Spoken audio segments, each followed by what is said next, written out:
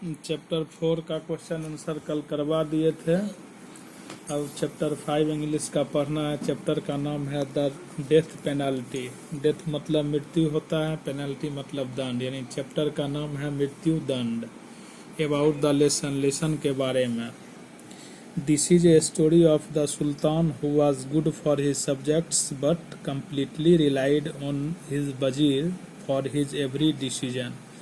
यह कहानी जो है एक सुल्तान की है, वह अपने हर एक विषय में, विषय यहाँ पर कहने का अर्थ है कि एक शासक का या एक राजा का जो भी काम होता है वो सारे काम में वह राजा बहुत बढ़िया था, लेकिन वह अपने हर एक निर्णय के लिए एक वजीर पर पूर्ण रूप से निर्भर था। एट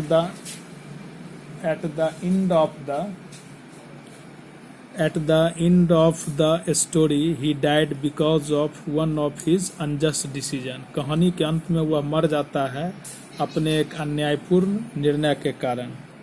अब कहानी है, long ago there was a large and mighty सल्तनत in अरेबिया। आज से बहुत समय पहले अरेबिया में एक बहुत बड़ा सल्तनत था।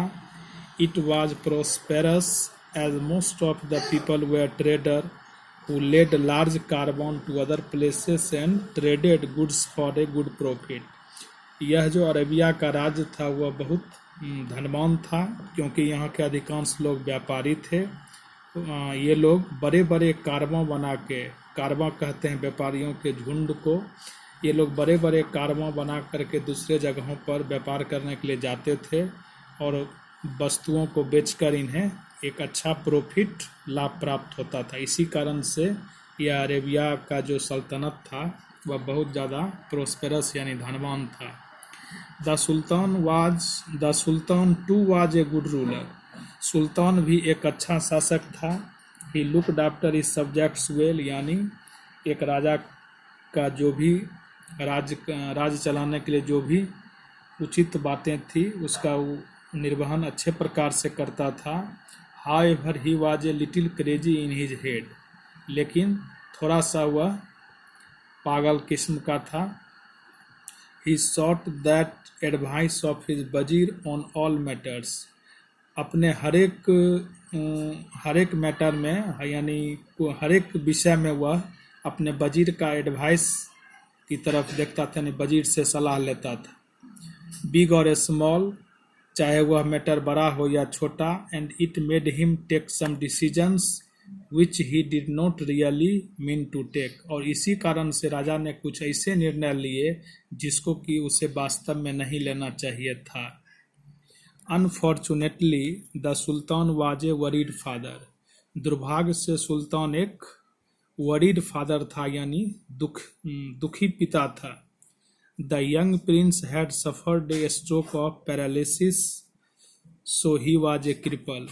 यंग प्रिंस यानी राजा का जो जवान बेटा था, had suffered a stroke of paralysis, उसको पैरालिसिस मार गया था। पैरालिसिस को हिंदी में लकवा कहते हैं।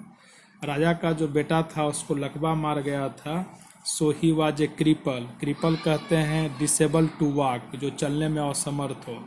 राजा के बेटा को लकवा मार गया था जिसके कारण वह चलने में असमर्थ था। The disease was so acute that he was unable to sit up in the bed even. अब कहता है कि ये पैरालिसिस यानी लकवा के कारण उसकी इतनी ये बीमारी उस पर इतना ज़्यादा प्रभावशाली अपने आप को सिद्ध कर रहा था कि वह ना तो ठीक से उठ सकता था और ना ठीक से ना तो अपने बिछावन पर ठीक से बैठ सकता था और ना उठ सकता था। His illness was a cause of great anxiety for the sultan. यानी इस तरह से उसके बेटा का जो यह बीमारी था वह राजा के लिए एक बहुत बड़े परेशानी का कारण था। Naturally he was anxious about who would ascend the throne after him. प्राकृतिक रूप से या स्वाभाविक रूप से हम कह सकते हैं राजा इस बात को लेकर ज़्यादा दुखी रहता था कि उसके बाद इस थ्रोन पर यानी राजगद्दी पर कौन बैठेगा, राजगद्दी को कौन संभालेगा। The sultan had summoned the ablest of medicine man and wise man from far and wide, but none of them had brought any solace to the ailing prince. कहता है सुल्तान ने एबलेस्ट यानी सबसे ज़्यादा योग्य मेडिसिन मैन मतलब जो जो दवाई देने का काम करते हैं यानी वैद्य कह सकते हैं। राजा ने दूर दूर से बहुत सारे वैद्य वाइज मैन बुद्धिमान व्यक्तियों को जुटाया, but none of them had brought any solace to the ailing prince. लेकिन उसमें से किसी ने भी प्रिंस के बीमारी को ठीक करने के लिए कोई अच्छा मतलब हल नहीं बताया या उसका सॉल्यूशन नहीं निकाल सके। The element had proved stronger than the medicines which had so far been prescribed. The element had proved stronger than मतलब अभी तक जो भी दवाई उस प्रिंस को दिया गया था उस दवाई से उसका बीमारी ठीक नहीं हुआ था, बल्कि वह और ज़्यादा बढ़ गया था। As luck would have it, an old medicine man was traveling through the Sultanate with his young disciple. As luck would have it, लगता है कि राजा के बेटा का भाग्य था। An old medicine man, एक बूढ़ा वैद्य जो है वह उस सल्तनत के पास से होके अपने जवान शिष्य के साथ गुजर रहा था, यात्रा करके गुजर रहा था। He was an able and experienced man, वह एक योग्य और अनुभवी आदमी था।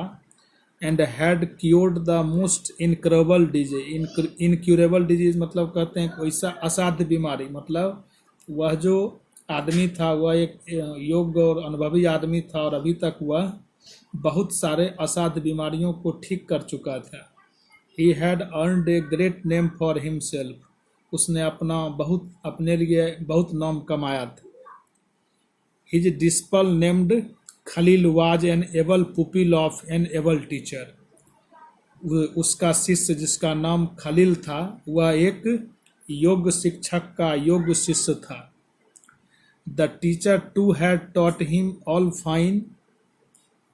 Fine nuances of his trade, और उसका जो गुरु था वो बूढ़ा मेडिसिन मैन, उसने अपने शिष्य को जो भी उसके पास किसी बीमारी का इलाज करने का बेहतर विधि था उसने अपने शिष्य को भी वो सारी विधियां सिखा दी थी।